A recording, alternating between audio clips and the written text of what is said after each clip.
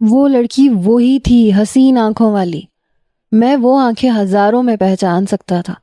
یہی کوئی 24-25 سال کی ہوگی، خوبصورت تھی، حسین تھی، بظاہر کوئی کمی نہیں تھی۔ میرا دماغ گھوم کے رہ گیا تھا۔ تو یہ تھی آپا۔ یہ کہاں سے آپا ٹائپ لگتی تھی؟ پورے محلے میں اس نے کیوں خود کو آپا مشہور کر رکھا تھا؟ کیا وجہ تھی؟ اور اس 40 کے لگ بھگ شخص سے شادی کیوں کر رہی تھی؟ میں بیٹھک کے دروازے کے پاس کھڑا ہو گیا۔ اس لڑکی کے چہرے پہ ذرا سی مسکراہٹ نہ تھی، نہ آنکھوں میں خوشی کی چمک۔ وہ شخص دانت نکال رہا تھا اور میرا فشار خون پتہ نہیں کیوں بڑھنے لگا۔ دل چاہا اس شخص کی بتیسی باہر نکال دوں۔ اس شخص نے اسے انگوٹھی پہنائی تو دادی نے دوپٹے کے کونے میں بندھی گٹھان کھول کے 5000 کا چمڑا ہوا نوٹ نکال کے سیدھا کر کے لڑکے کے ہاتھ میں رکھ دیا۔ لڑکے کے والدین زندہ نہیں تھے، البتہ بہنیں موجود تھیں۔ 500 کے نوٹ اس لڑکی کے ہاتھ پہ رکھنے لگی، پھر کہنے لگی، دادی جی اسی مہینے کے آخر میں نکاح پڑھوا کے ہم اسے اپنے گاؤں لے جائیں گے۔ اسلم جب اس کا ویزا لگوائے گا تو اسے لے جائے گا۔ دادی بہت خوش تھی، البتہ جواد چپ تھا، ماتھے پہ بل ڈالے ایک کونے میں کھڑا اپنے آنسو صاف کر رہا تھا۔ مجھے لگا جیسے میرے اندر کوئی ٹوٹ پھوٹ ہوئی ہے۔ یہ تو زیادتی تھی۔ اتنی پیاری خوبصورت لڑکی کی شادی اس شخص سے نہیں ہونی چاہیے، یہ تو ظلم ہے۔ رسم کے بعد کھانا لگ چکا تھا مگر جواد نے ایک نوالا بھی منہ میں نہیں ڈالا، کچھ بھی نہیں کھایا۔ کھانا تو میں نے بھی نہیں کھایا۔ میں واپس اپنے گھر آ گیا۔ آج بہت بے چینی سی ہو رہی تھی، نیند بھی نہیں آ رہی تھی۔ میں اٹھ کے صحن میں آ گیا۔ میں سوچ بھی نہیں سکتا تھا کہ وہ خوبصورت آنکھوں والی لڑکی جس کی ایک جھلک نے مجھے کہیں کا نہیں چھوڑا تھا، وہ آپا نکلے گی۔ میں اپنی سوچوں میں گم تھا۔ پھر ایسے لگا جیسے سرگوشیوں میں کوئی باتیں کر رہا ہے۔ میں چل کے دیوار کے پاس آ گیا۔ دیوار کی دوسری جانب دیکھا تو جواد رو رہا تھا۔ روشن آرا بھی آنسو بہا رہی تھی۔ جواد اس کی گود میں سر رکھے ہوئے تھا۔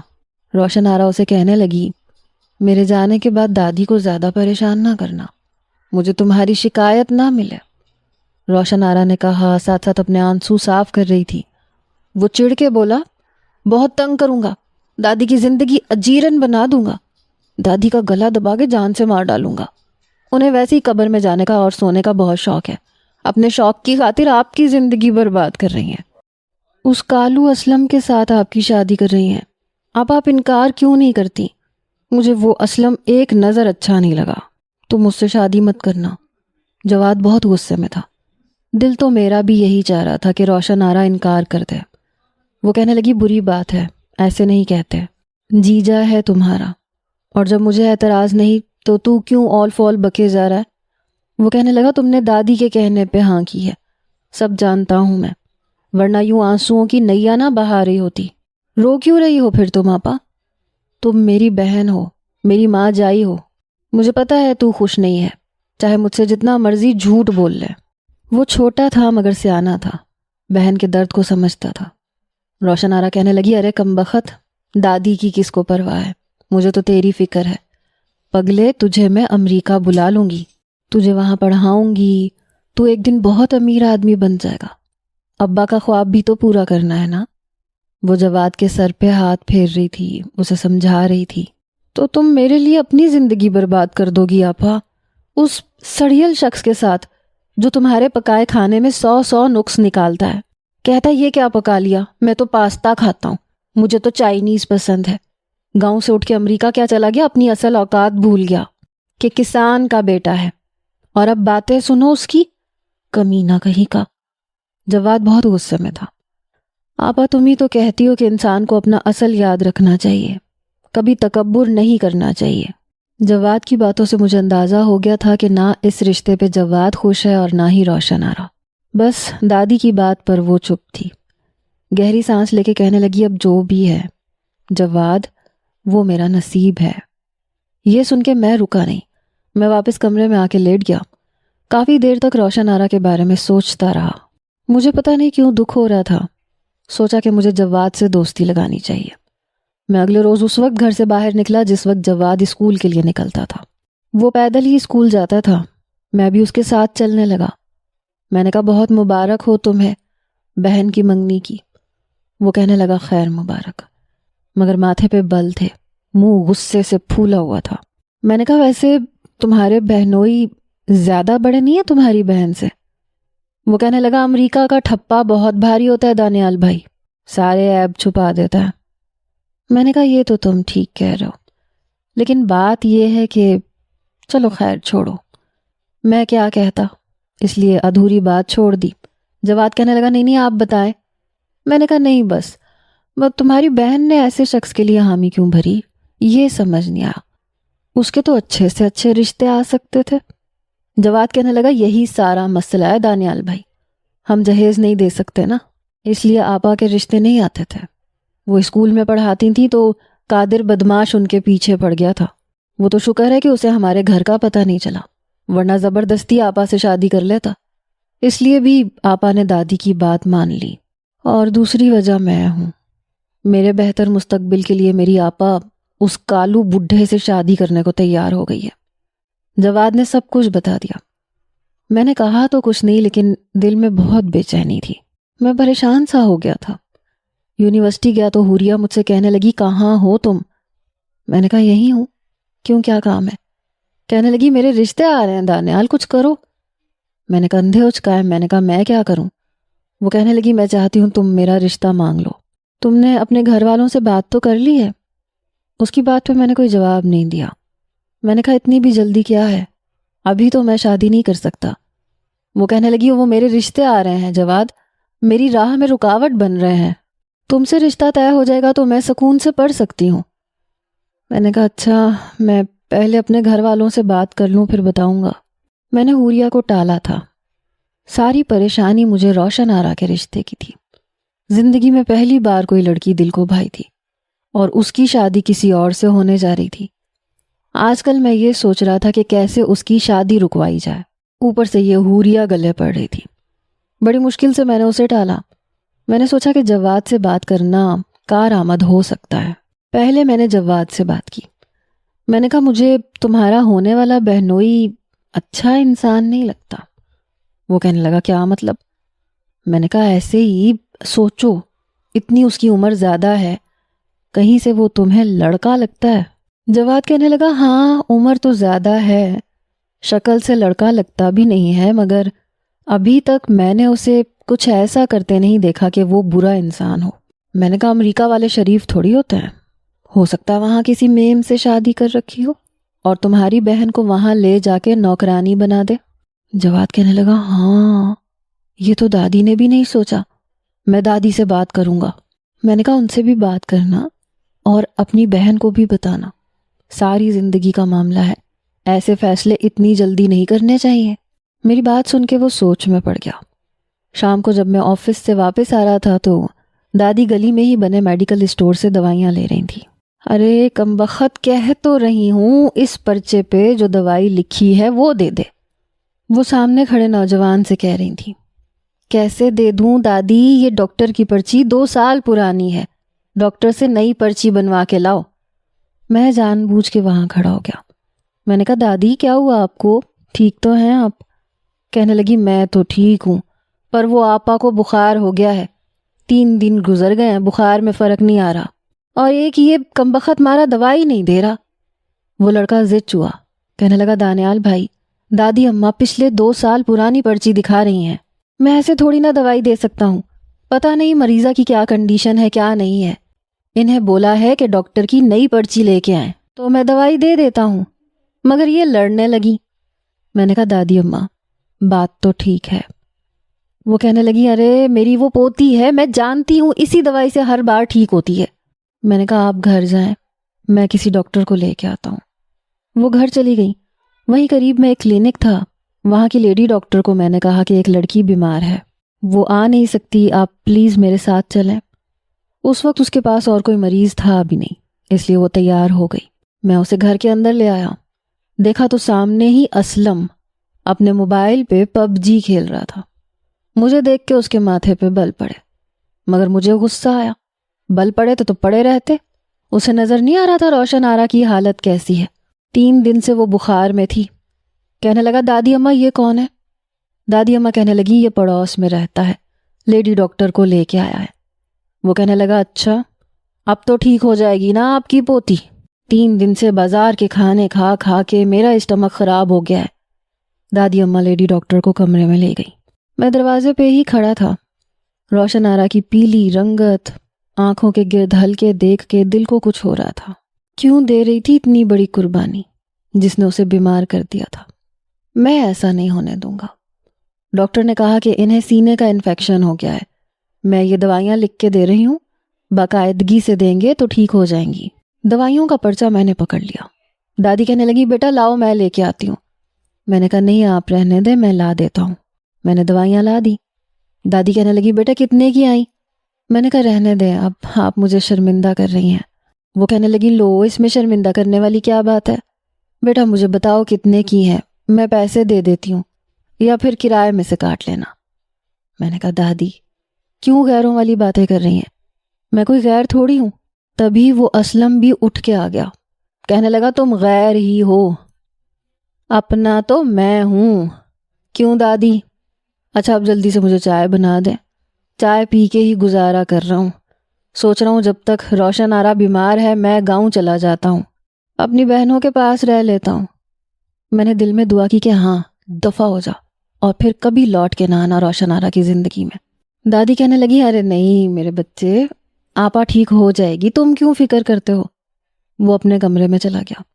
دادی کہنے لگی میں چائے بناتی ہوں، اسلم کے لیے بنا رہی ہوں بیٹا، اب تم نے پینی ہے تو بتا دو۔ میں نے کہا نہیں میں بس گھر جاؤں گا۔ میں اپنے گھر آ گیا۔ کھانا تو مجھے بھی بازار سے کھانا پڑ رہا تھا، لیکن مجھے اس کی پرواہ نہیں تھی، پرواہ اس کی تھی جو پتہ نہیں کب میرے دل میں آ کے بس گئی تھی۔ 2 دن بعد جب اس کے ہاتھ کا کھانا ٹرے میں رکھا ہوا منڈیر پہ دیکھا تو پھر دل کو کچھ تسلی ہوئی۔ اس بار شاید کھانا اس نے خود رکھا تھا کیونکہ اسی کے ہاتھ تھے۔ جواد ہوتا تو پکار کے دیتا۔ میں فوراً سے دیوار کے پاس گیا، وہاں چھوٹا سا اسٹول رکھ کے کھڑا ہو گیا۔ میں نے کہا بات سنیں۔ ابھی بھی اس کے چہرے پہ نکاہت تھی۔ پورے صحن میں وہ اکیلی ہی تھی۔ اس نے پلٹ کے نہیں دیکھا۔ کہنے لگی جی کہیے۔ میں نے کہا آپ کی طبیعت کیسی ہے؟ کہنے لگی ٹھیک ہے۔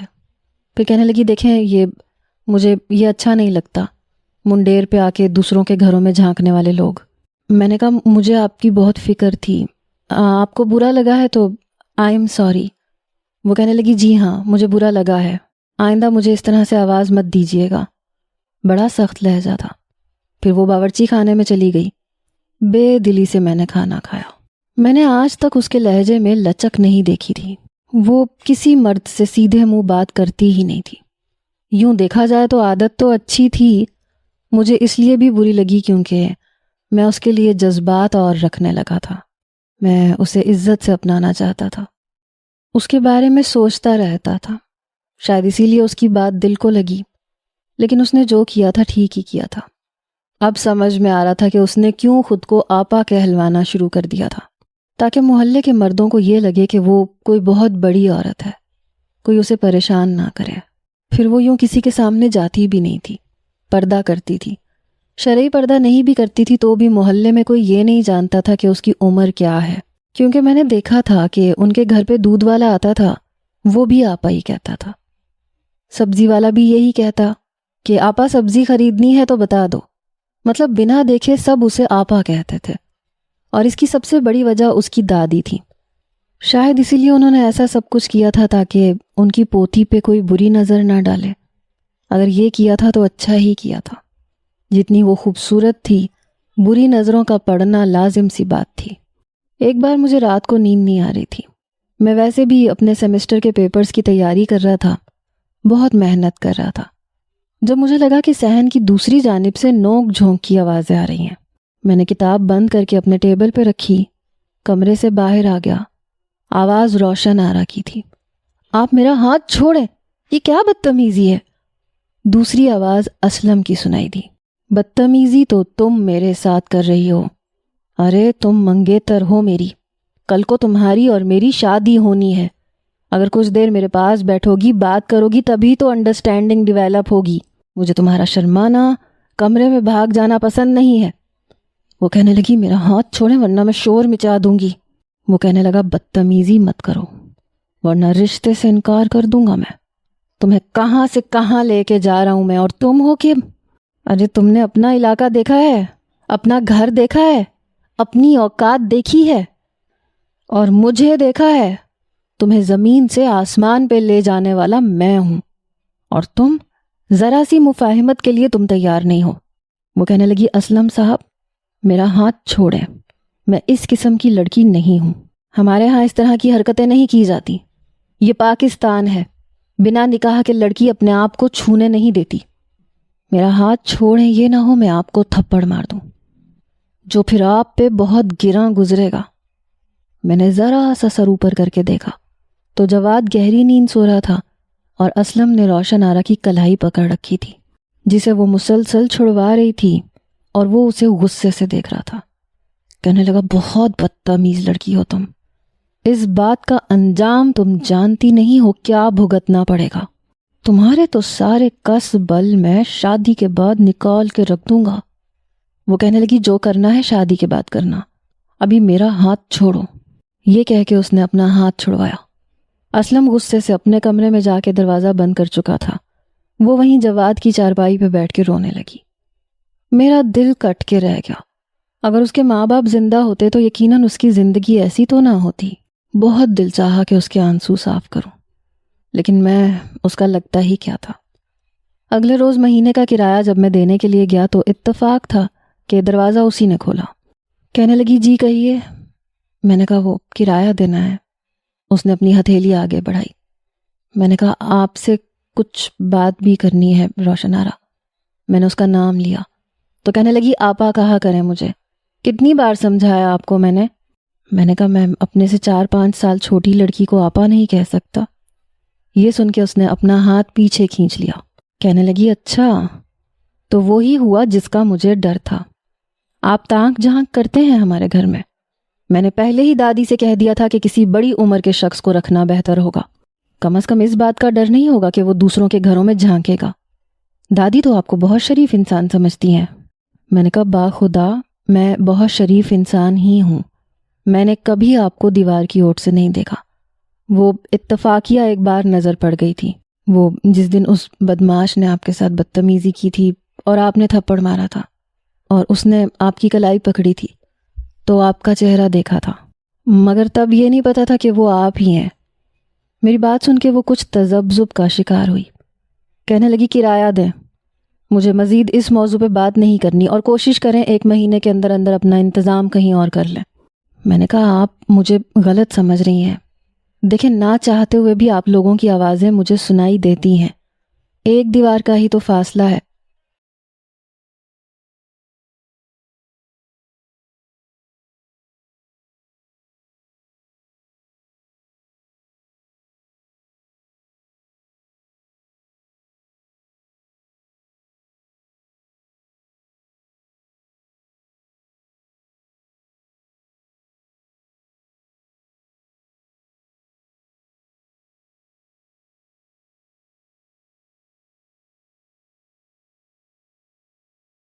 اس لیے سب سنائی دیتا ہے۔ دیکھیں روشن آرا وہ اسلم اچھا انسان نہیں ہے۔ کہنے لگی میں نے آپ سے پوچھا ہے وہ کیسا ہے۔ میں نے کہا دیکھیں بتانا میرا فرض ہے، وہ ایک اچھا انسان نہیں ہے، وہ بہت بدتمیز ہے، اور آپ کو شاید پتہ نہیں ہے امریکہ میں رہنے والے نوجوان کس قسم کے ہوتے ہیں۔ وہ کہنے لگی جواد کا دماغ آپ نے خراب کیا ہے، آپ ہوتے کون ہیں ہمارے گھر کے معاملات میں آنے والے؟ دیکھیں یہ میری ذاتی زندگی ہے اور میں اپنی ذاتی زندگی میں کسی کی بھی دخل اندازی برداشت نہیں کر سکتی۔ آپ نے کرایہ دینا ہے دیں، یا میں پھر دادی اماں کو بلاؤں۔ میں نے کرایہ اس کے ہاتھ میں رکھ دیا۔ اس نے دھاڑ سے دروازہ بند کیا۔ میں مایوس ہو کے واپس آ گیا۔ پتہ نہیں کیوں خود کنویں میں کودنا چاہتی تھی۔ ایک بار کمرے میں بہت گرمی لگ رہی تھی، اس لیے میں صحن میں آ گیا۔ ایک چھوٹی چارپائی بھی تھی میرے پاس، میں نے وہ صحن میں بچھا لی اور لیٹ گیا۔ آسمان پہ بادل چھائے ہوئے تھے جب میں نے دیکھا کہ سامنے روشن آرا کی چھت پر اسلم شراب کی بوتل پکڑے پی رہا تھا۔ میں تو ایک دم کرنٹ کھا کے بیٹھا، ساتھ میں فون پہ کسی سے باتیں کر رہا تھا۔ وہ کس سے باتیں کر رہا تھا، کیا باتیں کر رہا تھا، یہ تو مجھے نہیں پتا، لیکن وہ ایک شرابی شخص ہے، تو وہ کیسے شادی کر سکتی ہے ایسے شخص سے؟ ایسے لوگ کبھی نہیں بدلتے، اور نہ وہ ڈیزرو کرتی تھی کسی ایسے شخص کو جو اس قسم کا ہو۔ پتہ نہیں اس کے ساتھ شادی کے بعد کیا کیا زیادتیاں کرے گا۔ میں بے چین سا ہونے لگا تھا۔ کئی بار یہ کوشش بھی کی کہ میں اسے بھول جاؤں، مجھے کیا لگے، میری کیا لگتی ہے، لیکن نہیں، میں اسے بھول ہی نہیں پاتا تھا، نظر انداز کر ہی نہیں پاتا تھا۔ میں نے سوچ لیا تھا کہ دادی سے جا کے بات کروں گا، انہیں بتاؤں گا کہ یہ شخص روشن آرا کے لیے بالکل بھی مناسب نہیں ہے۔ اگلے روز ہی میں دادی کے گھر پہنچ گیا۔ اس سے پہلے کہ میں ان سے بات کرتا، اسلم آ کے دادی اماں کے برابر میں بیٹھ گیا۔ کہنے لگا کچھ کاغذات کا مسئلہ ہو رہا ہے، ایسے کریں کہ اسی ہفتے میرا نکاح روشن آرا کے ساتھ کروا دیں، تاکہ جب امریکہ جانا پڑے تو نکاح نامہ دکھا کے سارے کاغذات تیار کروا لوں، ورنہ بڑی مشکل ہو جائے گی۔ دادی کہنے لگی اتنی جلدی کیسے یہ سب ہو سکتا ہے؟ تمہاری بہنیں کیا واپس آ جائیں گی گاؤں سے؟ وہ تو کہہ رہی تھی کہ 1 مہینے سے پہلے ایسا ممکن نہیں ہے۔ وہ کہنے لگا آپ ابھی نکاح کروا دیں، بہنیں جب آئیں گی تو رخصتی کروا دیجئے گا، اب کاغذی کارروائی بھی تو ضروری ہے۔ میں جانتا تھا وہ ایسا کیوں کر رہا ہے۔ روشن آرا نے اس دن اسے برے طریقے سے ڈانٹ جو دیا تھا تو وہ شادی کر کے بدلہ لینا چاہتا تھا۔ دادی کہنے لگی اچھا بات کرتے ہیں، پھر میری طرف متوجہ ہو کے مجھ سے کہنے لگی ہاں بولو میاں کیا کہنا ہے تم نے؟ میں نے کہا کچھ نہیں، وہ بس پانی کا بڑا مسئلہ ہو رہا تھا، کیا موٹر خراب ہے؟ میں ٹھیک کروا دیتا ہوں۔ وہ کہنے لگی نہیں موٹر تو ٹھیک ہے، ہو سکتا ہے تمہارے نل خراب ہو گئے ہوں، کیونکہ ہمارے ہاں تو پانی ٹھیک آ رہا ہے۔ پتہ نہیں کیوں میں دادی سے کہہ نہیں پایا، شاید اس لیے کہ اسلم دادی کے پاس بیٹھا ہوا تھا، اس لیے میں واپس آ گیا۔ لیکن میں سوچ رہا تھا کہ کیسے بات کروں۔ پھر جواد سے پتہ چلا کہ 1 ہفتے بعد جمعے والے دن روشن آرا کا نکاح اسلم سے ہو رہا ہے۔ یہ سن کے میرا دل بیٹھ گیا۔ دوسری طرف حوریا بار بار ضد کر رہی تھی کہ کب رشتہ بھیجو گے، میرے بہت رشتے آ رہے ہیں، اب میں تمہاری وجہ سے بار بار انکار نہیں کر سکتی۔ میں نے اس کے سامنے ہاتھ جوڑے، میں نے کہا تمہارے جو اچھے رشتے آ رہے ہیں تم وہاں شادی کر لو، میری جان چھوڑ دو، میں ابھی تم سے نہیں کر سکتا، کیوں میرے پیچھے پڑی ہو؟ میرا ایسا روکھا رویہ دیکھ کے وہ پریشان ہوئی، مجھ سے کہنے لگی ایک تو میں نے تمہاری اتنی مدد کی، تمہیں نوکری لگوا کے دی۔ میں نے کہا مدد؟ کیا مدد کی تم نے؟ میری نوکری میں نوکری کر کے کماتا ہوں اور تم مفت میں آدھا حصہ کھاتی ہو، مجھ پہ احسان نہیں کیا تم نے، 1 نمبر کی مطلب پرست لڑکی ہو، محنت میں کرتا ہوں، آدھا نفع تم لے کے جاتی ہو، بات کرتی ہو نوکری لگوا دی۔ ارے چھڑوا دو میری نوکری، کہیں اور لگ جاؤں گا میں پہلے ہی روشن آرا کے نکاح کا سن کے تپا پڑا تھا، سارا غصہ حوریا پہ نکل گیا۔ کہنے لگی میری طرف سے بھاڑ میں جاؤ، ویسے بھی تم کوئی سپر ہیرو نہیں ہو، بہت سے لڑکے ہیں جو مجھ سے دوستی کرنے کے متمنی ہیں۔ میں نے کہا ہاں تو کر لو جا کے ان سے دوستی، لیکن آج کے بعد اگر میرے پاس آئی نا تو سر پھاڑ دوں گا تمہارا۔ جب دیکھو منہ اٹھا کے آ جاتی ہے رشتہ مانگو رشتہ مانگو۔ میں نے حوریا سے بہت بدتمیزی سے بات کی۔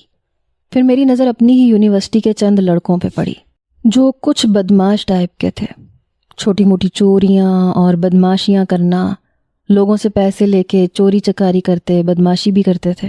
میں نے ان کے پاس جا کے سلام دعا کی، وہ حیران تھے کیونکہ میں ایسے لڑکوں سے کوسوں دور رہتا تھا۔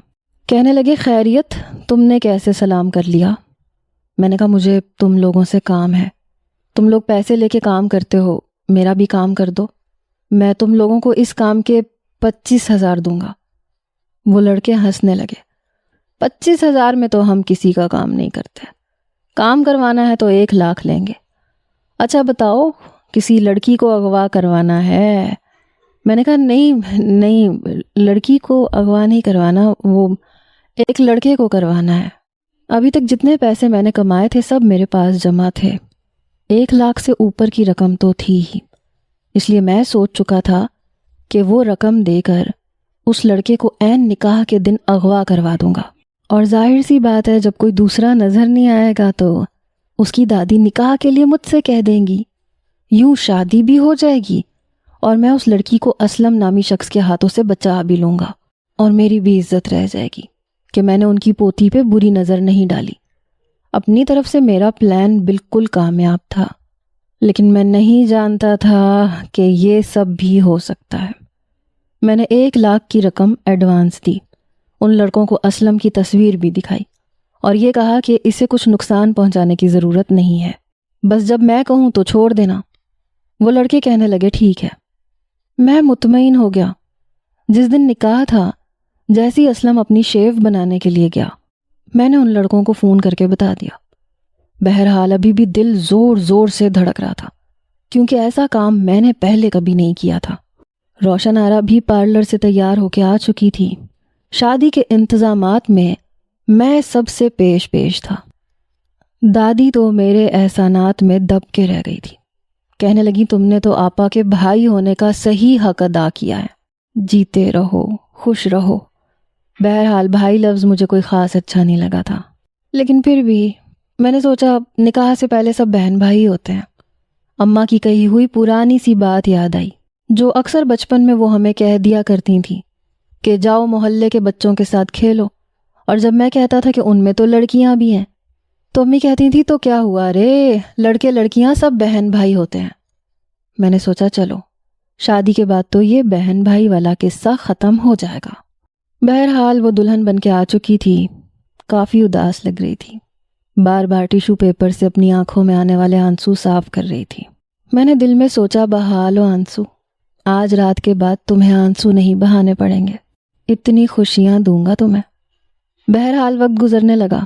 دادی اماں مجھ سے کہنے لگیں کہ دانیال بیٹا دیکھ کے آنا اسلم میاں کہاں رہ گئے، زیادہ تر تیاری تو لڑکیوں کی ہوتی ہے، یہ تو شام کے لیے بھی ابھی تک نہیں پہنچے، رات کے 9 بجنے والے ہیں، اب تو مولوی کے آنے کا بھی وقت ہو گیا ہے۔ میں نے کہا جی میں دیکھتا ہوں۔ میں نائی کی دکان پہ چلا گیا۔ میں نے پوچھا یہاں اسلم میاں آئے تھے؟ وہ کہنے لگا نہیں یہاں تو کوئی اسلم میاں نہیں آئے۔ یہی بات میں نے دادی کو جا کے بتا دی۔ وہ پریشان ہو گئی، کہنے لگی ہو سکتا ہے کہیں اور چلا گیا ہو، ظاہر سی بات ہے باہر والا ہے، چھوٹی موٹی نائی کی دکان پہ تھوڑی نہ جائے گا، کسی بڑے سیلون پہ گیا ہوگا، تیار ہو گیا ہوگا۔ اب تو گلی میں لگی کرناتوں میں بھی مہمان آنے شروع ہو چکے تھے۔ دادی اماں کی ساری کزنیں، خاندان، برادری، یہاں تک کہ اسلم کی بہنیں بھی گاؤں سے آ کے پہنچ چکی تھیں، تیار شیار ہو کے آئی تھیں، لیکن دلہا غائب تھا۔ پھر دلہے کی تلاش شروع ہوئی۔ مولانا صاحب بھی آ چکے تھے۔ میں بار بار دادی اماں کے آگے پیچھے گھوم رہا تھا کہ شاید اب وہ یہ کہیں کہ بیٹا دلہا تو پہنچا نہیں، میری پوتی کی عزت رکھ لو، اور میں کہوں جی جی دادی آپ کی عزت میری عزت ہے، لیکن انہیں تو جیسے میں نظر ہی نہیں آ رہا تھا۔ کبھی کسی سے کہتی تھی اسلم میاں کا فون ہی بند ہے، کوئی تو جاؤ اس کے پیچھے، بچہ کہیں راستہ تو نہیں بھول گیا۔ ادھر اسلم کی بہنیں پریشان تھیں، بہنوئی اسے ڈھونڈنے کے لیے نکل چکے تھے۔ میرا دل بے چین تھا کہیں سچ مچ وہ بہنوئیوں کے یا لڑکوں کے ہاتھ نہ لگ جائے اور کہیں اسلم واپس نہ آ جائے۔ اسی اثناء میں اس لڑکے کا فون آیا۔ میں نے کونے میں ہو کے فون اٹھایا۔ میں نے کہا کیا ہے؟ کہنے لگا اس لڑکے کا کیا کرنا ہے، کب تک سنبھالنا ہے اسے یہاں پہ؟ میں نے کہا ابھی تو صرف 10 بجے ہیں، ابھی مت بھیج دینا۔ وہ کہنے لگے اچھا ٹھیک ہے۔ میں نے کہا اس کی آنکھیں اور ہاتھ پاؤں باندھے ہوئے ہیں نا، یہ نہ ہو تم لوگ فون پہ بات کرنے میں لگ جاؤ اور وہ لڑکا بھاگ جائے۔ وہ کہنے لگے نہیں سب کچھ باندھ کے رکھا ہوا ہے، ہل بھی نہیں سکتا، بس تمہارے فون کا انتظار ہے۔ میں نے فون بند کر دیا۔ دادی تو اب رونے لگی، اس کی بہنیں بھی رونا شروع ہو چکی تھیں کہ ہائے ہائے ہمارا بھائی پتہ نہیں کہاں غائب ہو گیا، کہاں چلا گیا۔ اب تو رات کے 12 بجنے والے تھے، باراتی سب پریشان تھے اور مہمان بھی۔ پتہ نہیں دادی اماں کو میں کیوں نہیں نظر آ رہا تھا۔ بہرحال مولوی صاحب اٹھ کے میرے پاس آ گئے، کہنے لگے دلہا تو نظر نہیں آ رہا، تو میں اب جاؤں؟ میں نے کہا نہیں آپ بیٹھیں، دیکھیں کچھ بھی ہو سکتا ہے، اب لڑکا نہیں آیا تو کیا ہوا، کسی نہ کسی نے تو عزت رکھنی ہی ہے۔ مولوی صاحب آپ بیٹھیں۔ میں نے مولوی صاحب کو دوبارہ بیٹھنے کے لیے کہا۔ وہ کہنے لگے دیکھو میاں 12 بج گئے، اب کہاں سے دلہا آئے گا، پتہ نہیں کہاں بھاگ گیا ہے، مجھے تو لگتا ہے شاید اس کی رضامندی نہیں تھی۔ میں نے کہا پھر بھی آپ بیٹھیں، آپ کو فیس دی ہے نا نکاح کروانے کی، تو نکاح پڑھوائے بغیر آپ نہیں جا سکتے۔ مجھے اپنی پڑی ہوئی تھی۔ میں نے دادی کو جا کے کہا، میں نے کہا دادی مجھے لگتا ہے اسلم میاں کی مرضی نہیں تھی تبھی وہ بھاگ گئے ہیں۔ اس کی بہنیں کہنے لگی ارے ایسے کیسے بھاگ گیا، کیوں جھوٹ بول رہے ہو، کیوں میرے بھائی پہ جھوٹا الزام لگا رہے ہو، وہ اس شادی سے راضی بازی تھا۔ دادی کہنے لگی ہائے ہائے میری آپا، میرا تو سوچ سوچ کے دل دہلا جا رہا ہے، میری بچی کا کیا ہوگا۔ میں نے سوچا یہی موقع ہے، ہلہ بول دے دانیال۔ لیکن اس سے پہلے کہ میں کچھ کہتا مولوی صاحب اٹھ کے آ گئے۔ بڑی بھی لڑکا تو آیا نہیں تو میں جاؤں؟ میں نے مولانا صاحب کو گھور کے دیکھا، 10 منٹ بھی نہیں بیٹھ سکتے کیا؟ دادی اماں کہنے لگی ہاں ہاں جاؤ میاں، تم نے یہاں بیٹھ کے کیا کرنا ہے؟ میں نے کہا 1 منٹ مولوی صاحب آپ یہیں رکیں۔ میں نے دل میں سوچا بہاڑ میں گئی ایسی مروت۔ میں نے کہا دادی مجھے تو لگتا ہے اسلم میاں کا ارادہ ہی نہیں تھا۔ ارے آپ کی پوتی کی بارات اگر یوں خالی چلی گئی تو آپ جانتی ہیں نا ایسی لڑکیوں کی پھر شادی نہیں ہوتی، کتنے مسئلے مسائل ہو جاتے ہیں۔ دادی کہنے لگی ہاں یہی تو سوچ کے میرا دل پھٹے جا رہا ہے، میری پوتی کا کیا ہوگا۔ میں نے کہا تو میں نکاح کر لیتا ہوں، اب آپ کی عزت کو یوں تو رون تو نہیں سکتا۔ دادی اماں کی شاید عقل نے کام کرنا شروع کیا، کہنے لگی کہہ تو تم ٹھیک رہے ہو، ارے میری پوتی کا کیا قصور، اگر وہ لڑکا ہی دل میں نہ جانے کیا رکھے ہوئے تھا، میری پوتی کو بدنام کرنا چاہتا تھا۔ اس کی بہنیں لڑنے جھگڑنے آ گئیں کہ ہم یہ شادی نہیں ہونے دیں گی، ہمارا بھائی پتہ نہیں کہاں گم ہو گیا اور آپ کو اپنی پوتی کی شادی کی پڑی ہوئی ہے۔ لیکن باقی کے لوگوں نے یہی کہا کہ تمہارا بھائی کوئی بچہ تو نہیں تھا کہ جو گم ہو گیا، ارے وہ ان کی پوتی کو بدنام کر کے جا چکا ہے۔ جس لڑکی کی بارات واپس چلی جائے پتہ ہے کتنا برا سمجھا جاتا ہے۔ میں نے کہا اور کیا، اس کے بھائی کو تو شرم نہیں ہے، خود تو چلا گیا، اب اگر کوئی عزت رکھنا چاہتا ہے تو بیچ میں یہ رکاوٹ بن رہی ہے۔ مولانا صاحب کہنے لگے ہاں یہ بات تو ٹھیک ہے میاں، تو پھر میں نکاح شروع کرواؤں؟ دادی کہنے لگی ہاں ہاں مولوی صاحب آپ نکاح پڑھوائیں۔ میں نے دل ہی دل میں شکر ادا کیا کہ چلو اب نکاح تو ہو ہی جائے گا۔ لیکن تبھی جواد کمرے سے باہر آیا، کہنے لگا وہ آپا کہہ رہی ہیں انہیں شادی نہیں کرنی۔ میں نے کہا دھت تیرے کی، اب اس سے کیا ہو گیا؟ دادی کہنے لگی ارے ایسے کیسے نہیں کرنی، میں روشن آرا کو سمجھا کے لاتی ہوں۔ میرا دل زور زور سے دھڑک رہا تھا۔ لڑکے کی بہنیں تو وہاں سے جا چکی تھیں، باقی کی برادری ابھی بیٹھی ہوئی تھی۔ 15 منٹ کے بعد دادی آئیں، کہنے لگی چلے مولانا صاحب نکاح پڑھوائیں۔ میں نے چین کی سانس لی، مگر عین اسی وقت قادر بدماش اپنے لڑکوں کو لے کے آ گیا، کہنے لگا یہ نکاح نہیں ہو سکتا۔ میری تو جان نکلی، کیونکہ ہاتھ میں پستولیں بھی تھیں۔ یہ دیکھ کے سبھی پریشان ہو گئے۔ وہ کہنے لگا کب سے اس لڑکی کو تلاش کر رہا ہوں، دیوانوں کی طرح ڈھونڈ رہا ہوں، اب جا کے پتہ چلا اس گھر میں رہتی ہے، میں بھی دیکھتا ہوں کیسے ہوتی ہے یہ شادی اس کی کسی اور کے ساتھ۔ یہ سن کے میں نے کہا بات سنیں، شادی ہو چکی، نکاح تو ہو چکا۔ میں نے جان بوجھ کے جھوٹ بولا تھا تاکہ وہ واپس چلا جائے۔ میں نے کہا مولانا صاحب نے نکاح پڑھوا دیا ہے، اب آپ لوگ کیا کر لو گے؟ مجھے دیکھ کے وہ کچھ سوچنے لگا، پھر کہنے لگا تو وہی ہے نا جس نے اس دن میرا ہاتھ پکڑا تھا؟ میں نے کہا ہاں میں وہی ہوں۔ قادر کہنے لگا مجھے پہلے ہی شک تھا، تو نے اس لڑکی سے چکر چلایا ہوگا۔ دادی کہنے لگی کون سا چکر؟ او بدماش کے بچے، میری آپا ایسی نہیں ہے جو کسی سے چکر چلائے، خبردار جو تو نے میری پوتی پہ کوئی الزام لگایا۔ وہ کہنے لگا تو یہ کہاں سے آ گیا دلہا بن کے؟ ارے یہ وہی لڑکا ہے، میری آنکھیں دھوکہ نہیں کھا سکتی۔ اسی وقت پتہ نہیں کہاں سے جواد پولیس کو لے کے آ گیا۔ پولیس کو دیکھ کے قادر بدماش کے ہوش اڑے، انہوں نے قادر بدماش اور اس کے باقی کے لڑکوں کو پکڑ لیا۔ پولیس کہنے لگی ہمیں کب سے تمہاری تلاش تھی۔ پولیس ان سب کو اپنے ساتھ لے گئی۔ میں تو دل ہی دل میں جواد کو دعائیں دے رہا تھا، لیکن پتہ نہیں کہاں سے اسلم آ گیا بھاگتا ہوا ہانپتا ہوا۔ اسے دیکھ کے تو میرے ہوش اڑے۔ جب پہنچا تو دادی بھی حیران رہ گئی، شاید ایک بج چکا تھا اس لیے ان لڑکوں نے اسے چھوڑ دیا۔ کہنے لگا یہ کیا ہو رہا ہے یہاں پہ، یہ سب کیا ہے؟ دادی کہنے لگی کمبخت، دفع ہو جا یہاں سے، تو نے تو ہماری عزت 2 کوڑی کی کر دی۔ وہ کہنے لگا مجھے کسی نے منہ پہ رومال رکھ کے گاڑی میں بٹھا لیا تھا، پھر مجھے ایک کمرے میں باندھ کے رکھ دیا، ارے کمینوں نے اب چھوڑا ہے مجھے۔ یہ سن کے دادی کچھ شش و پنج کا شکار ہوئی۔ ایک تو میری بری قسمت